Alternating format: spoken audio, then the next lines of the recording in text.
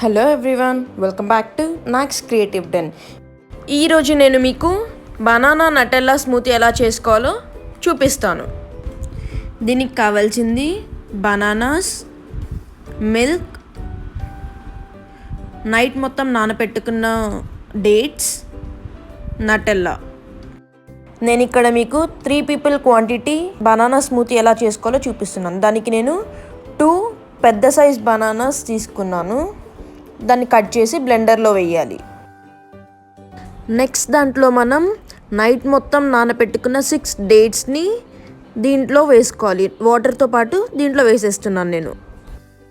ఇప్పుడు దీంట్లో 2 cups of milk వేసుకోవాలి. మిల్క్ వేసాను కదా, ఇప్పుడు బ్లెండర్ క్యాప్ పెట్టేసి బ్లెండ్ చేసుకోవాలి.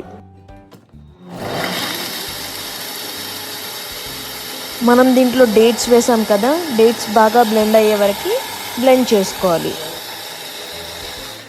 ఇప్పుడు దీంట్లో 1 tablespoon నటెల్లా వేసుకొని మళ్ళీ ఒకసారి బ్లెండ్ చేసుకోవాలి.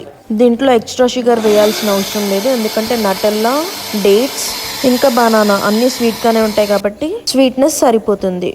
బ్లెండ్ చేసేసుకున్నాం కదా, దాని కన్సిస్టెన్సీ ఎలా ఉందో ఒకసారి చూసుకొని కన్సిస్టెన్సీ ఓకే అయితే మనం మన సర్వింగ్ గ్లాస్లోకి తీసుకోవాలి.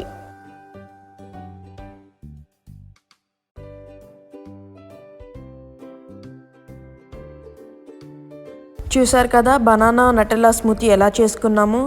మరి మీకు ఈ వీడియో కనుక నచ్చినట్లయితే తప్పకుండా like, share, comment and subscribe.